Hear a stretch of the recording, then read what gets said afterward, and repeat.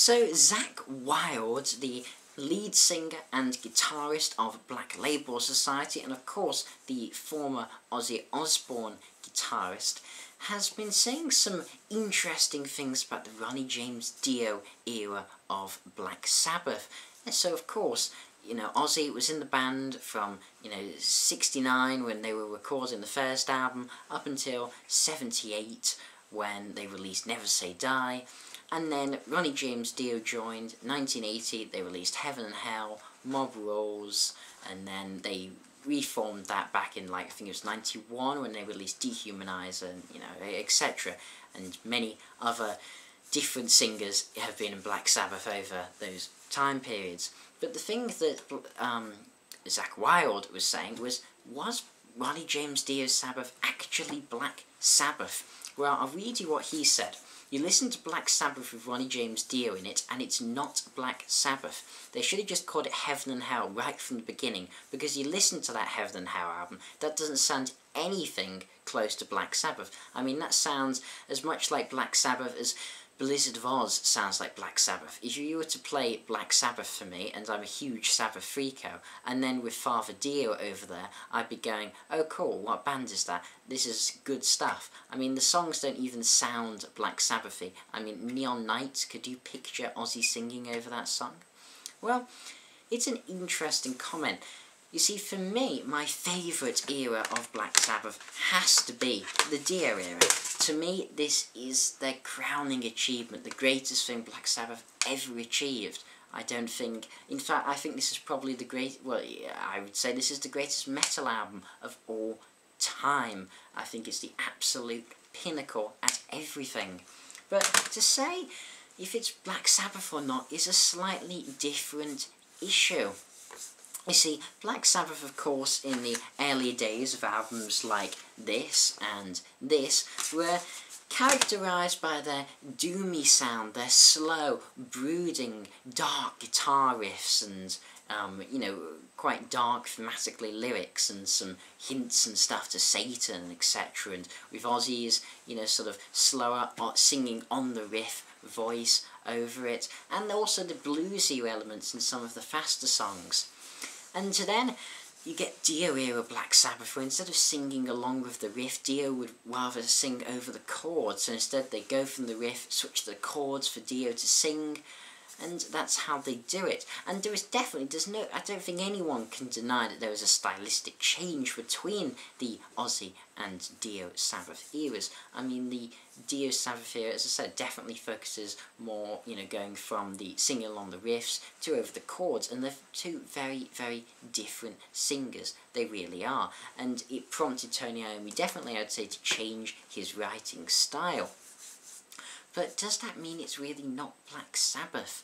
You see, I'm not quite sure. To me, Heaven and Hell is just as Black Sabbath as, well, any of Black Sabbath's other albums. I still think it has a lot of those sounds that characterised Black Sabbath. You listen to Heaven and Hell, the title track on the album. Could that riff have really been written by any other band except for Black Sabbath? It sounds just like Black Sabbath. To say it doesn't sound anything close to them is kind of silly. I could definitely see Ozzy singing over that riff. Maybe the song structure would be different, he'd be singing on different parts, but I could see that riff having been in an Ozzy album. And then you look at a song like Children of the Sea. In fact, Tony Iommi claims that he actually has a demo with Ozzy singing over the guitar part from Children of the Sea that, it stemmed... I mean, it was the first song that Dio and Iommi actually did together, so it makes sense if Iommi already had that riff kicking about and had already, recorded it with Ozzy, but of course, Dio changed the lyrics and stuff. And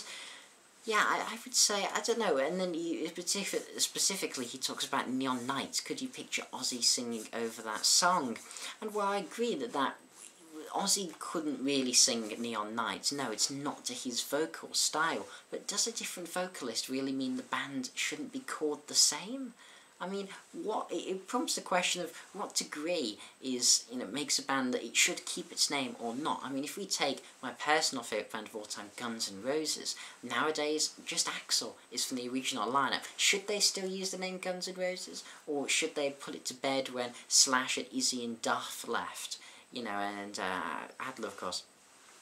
I would say, personally, I think yes, I think he should have killed off the Guns N' Roses name, but of course he didn't for promotion purposes, and you can perfectly understand why Axl still uses the name, but I have to say I do believe he shouldn't have used it. So then, what's the difference with Heaven and Hell? Well, it's because it's only one member, really. Yes, the bass parts were originally recorded by another bassist, but Geezer Butler did re-record them for the album. His bass is present on the album, Bill Ward is present on the album, and Tony Iommi is present on the album. And as far as I'm concerned, as long as you have Tony Iommi, really, that's sort of Black Sabbath. And then the fact you have Geezer Butler, that's a big bonus. I'd say he's another integral part of Black Sabbath. And then the fact you have Bill Ward, that's just the cherry on top into making it Black Sabbath. And I'd certainly say, yeah, they do share a lot of similarities. It doesn't sound like a completely different band, as he's saying. You know, he says that, you know, if you were, like, talking to someone about it, you played them, you know, this, you know, Heaven and Hell, and it's like, oh, you know, this is Black Sabbath, you know, they would think it was a different band, not Black Sabbath. I'm not quite sure. It definitely sounds quite Sabbathy to me. I mean, it's one of my favourite albums of all time. I've listened to it an awful lot of times, as well as having listened to the, you know, the classic Ozzy Black Sabbath stuff an awful lot of times. And I'd say equally they deserve to be under the Black Sabbath name. I'd say just because the lead singer leaves, or the band, well, again, it also brings up the question, just because a band makes a stylistic change, does that mean they should change their name? Should Opeth call themselves different? Because Heritage sounds a bloody hell of a lot different to Blackwater Park and Still Life and Ghost Referees. So, should they have changed their name? I mean, where does the line go? Should Radiohead have changed their name? Because Kid A sounds an awful lot different to OK Computer to me. I don't think a stylistic change should prompt a name, and I don't think one band member leaving should prompt a change in name and change in image. Of course you want to try and keep that image at all costs, and that name gives you a lot more recognition. Would people call Heaven and Hell the classic it was if it was named something else? Probably in retrospect, but I don't think it would have been as big at the time, because I don't think as many people would have given it a chance. I honestly don't. I think they had to use the Black Sabbath name. And yeah, so I would have to disagree on the whole with Zakk Wylde, so I can sort of understand where he's coming from, that there was different changes in the songwriting. To me, it's all still Black Sabbath.